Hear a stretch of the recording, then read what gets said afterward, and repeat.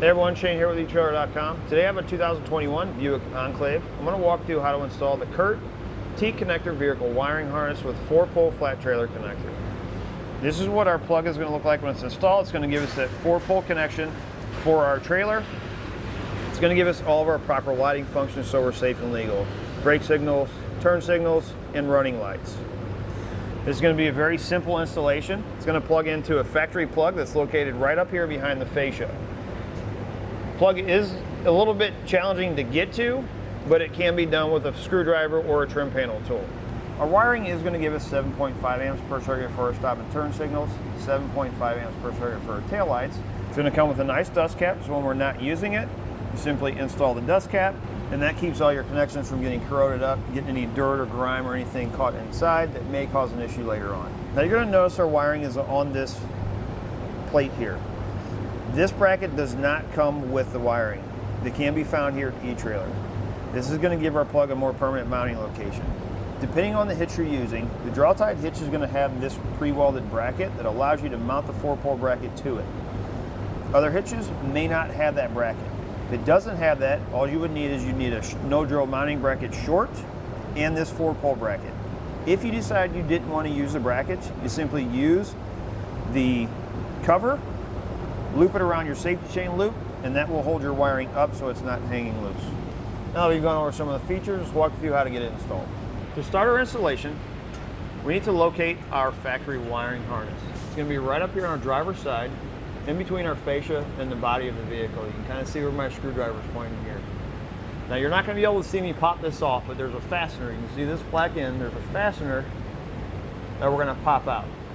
I'm going to try and get up there with a trim panel tool and pop that out. This wiring harness will kind of fall down here to the side, give us a little bit better access because there's a cap on it that we're not going to be able to remove without pulling it off.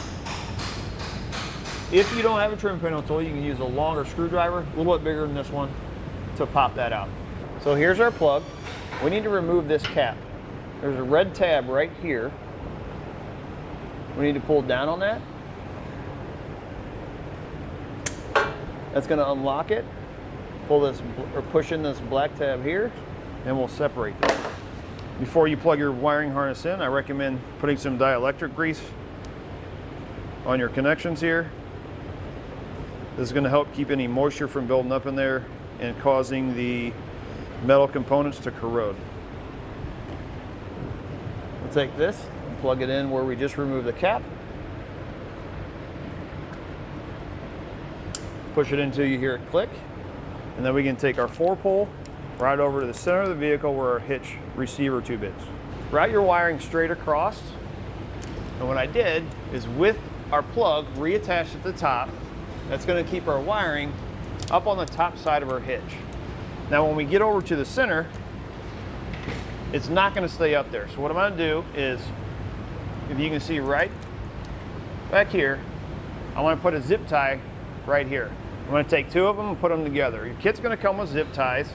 It is going to require a couple of them to get around the cross tube of the hitch. That'll ensure that our wire stays on top of our hitch, or our cross tube. And then what I'm going to do is right about here, I'm going to take this wire, I'm going to push it up on the back side. Now you don't necessarily have to do this. I like a clean look, so if I have this off and maybe I don't put the cover back on, I'm not towing anything, I don't want to see my wire here. So I'm going to tuck it up back like this for now.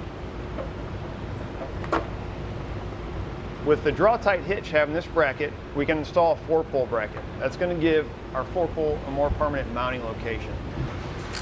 And it doesn't matter if you mount it on top or on bottom. I like to mount it on top. I think it has a little bit cleaner look. And then you'll have a nut with a star washer to install on the bottom. Then we can come back and tighten those up and get our 4-pole plug installed on it. Before we install it on the bracket, we're going to add on our dust cap. Take this, push it all the way over.